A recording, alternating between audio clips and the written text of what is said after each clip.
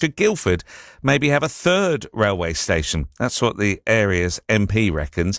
Zöe Franklin says that public transport infrastructure must be delivered alongside new house building. She's urged the government to revive plans for a Guildford West train station and is here in the studio. Good morning. Hello. Good morning, James. Right, so Guildford West, where would that be then? So it's sort of the bottom of one of the car parks near the Royal Surrey in the research park, along the train line near Park Barn.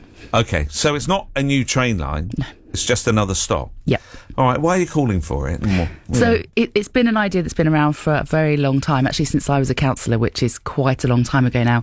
And I just really think now is the time. Network Rail have said for a while that it should be part of the strategic plan for Guildford and the rail network. And I just think with all of the building that we are having in Guildford, with the fact that anyone who goes to the research park or the hospital knows that it can be an absolute car park over there, it feels like, yes, now is the time. We need to revive this idea, look at can we make it come to life.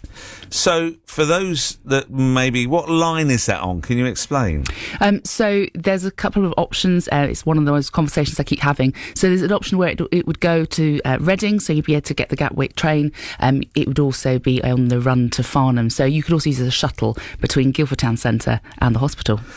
Have you looked at costs of that? Do we know how much it would cost? The costs are vast, James. I'm going to be open and frank about that. But I think the key here is, I think the government needs to step up in part. There will also need to be funding from elsewhere. But the key is having that conversation. It's been sitting in someone's drawer for years. They got to quite a long way down the conversation and then sort of put it in a drawer. And it frustrates me that we're not looking at new, more environmentally friendly ways of doing transport in Guildford. Yeah. Over the weekend, we've had the work and roadworks on the Dennis roundabout. We talked about this on Friday, and that predicted to give some big traffic delays. There's always a delay when you drive somewhere through Guildford. And also getting to the hospital, anything that makes that easier is a good idea. How far a walk would that be? So it's a couple of minutes from that station to the hospital, and then equally a couple of minutes from there into the research park. So you can see why it would be such a positive addition. And of course, if Blackwell Farm comes down the line, that's the university's housing development behind the hospital, that's also a big group of housing that would be coming out through that research park. A train station could be game changer. Right. What's the next stage? How do you push this on? Because there's a lot of MPs asking for an awful lot of things for their local areas. We always like to step up for our areas and ask for things. So for me, it's about, I've been working on getting sort of stakeholders around the table, the people who can help get a business case together, push it to the government, and get those early stages of, is it even feasible, particularly with the costs involved. Okay. When you say, have we got any idea how much it would cost? I don't, James. They did have some numbers attached to it a while back, and it was a lot of money.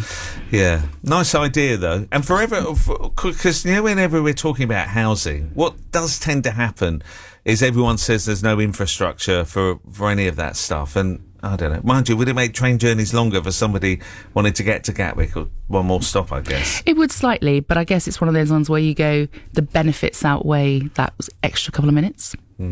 OK. You and I could be talking about this in 10 years' time. It's a bit like the tunnel under Guildford, isn't it? I think we will continue to talk about it, but the key is, can we move it forward? Because what frustrates me is I want an answer. I want a yes or I want a no, and that's what we've not had for about a decade. It's just sat in someone's drawer. Quite interesting at the moment. We've got the possibly a new Prime Minister heading our way within days, and clearly there's going to be a way more of a focus on the north, and this kind of project's just going to be ignored, isn't it? Potentially, but I think my big thing for Andy Burnham would be, you can't just make this about the north. He's clearly very Manchester-centric. All of his sort of how do you make local government work for people is all centred on how it's worked in Manchester, and that just isn't going to work for vast areas of the rest of the country. So my big call to him is, come out of Manchester, see the rest of the country, come to Guildford, come and see the challenges we face, come see the challenges that happen in Kent, in South West, and actually recognise that there are big things that can unlock projects and communities across the country. Don't just focus on the north. OK, well, look, good talking to you. Out of interest, as an MP, what's it been like as somebody who's in the Lib Dems to actually watch what has gone on with the Prime Minister, Sir Keir Starmer, and the Labour Party in recent weeks?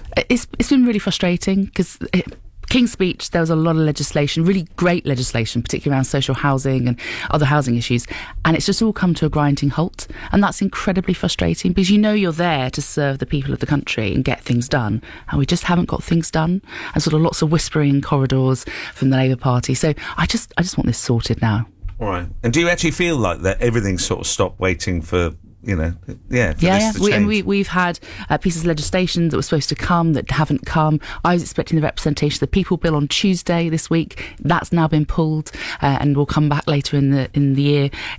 Incredibly frustrating time. Well, look, good to see you. And you. Okay, thanks so much for coming in. Thoughts on the new railway station? We did ask Surrey County Council to comment. In a statement, they've said Guildford West Rail Station is a network rail scheme that continues to benefit from long-standing route safeguarding, keeping open the opportunity to improve rail connectivity for local communities and support sustainable growth across the borough. However, any long-term public transport infrastructure improvements will need to be considered by the new local government organisations in Surrey, which will succeed the county, district and borough councils in April 2027.